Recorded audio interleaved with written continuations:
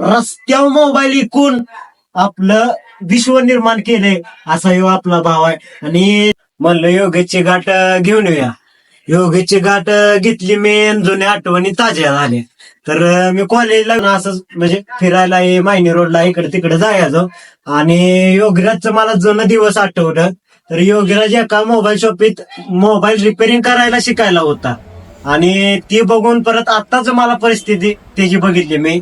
तर योगराजनं ह्या आपल्या भावानं लय वाईट दिवस काढले ते, म्हणून आज त्याच्या मोबाईल शॉपीत आलो. त्यावेळी त्याच्याकडे एक मोबाईल विकायची म्हणजे मुश्किल होती, पण आज त्याच्या दुकानात तुम्हाला मी दाखवतो. इकडे बघा, लाखाचा मोबाईल ठेवले ती. तर ही परिस्थिती त्याच्या फक्त कष्टामुळे आणि कष्टामुळे झाले.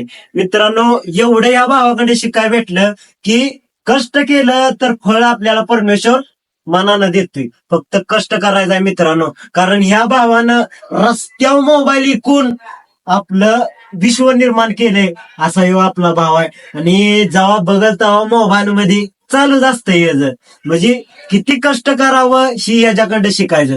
मी पोरग प्रामाणिकपणे कष्ट करत गेलं. आज एका मोबाईल शॉपीवरनं त्याची दुसरी मोबाईल शॉपी चालू करतोय. आता त्याच्यात फ्रीज मिळणार आपल्याला, बऱ्याच काय गोष्टी आहेत, त्या इलेक्ट्रॉनिक्स सगळ्या गोष्टी आपल्याला मिळणार.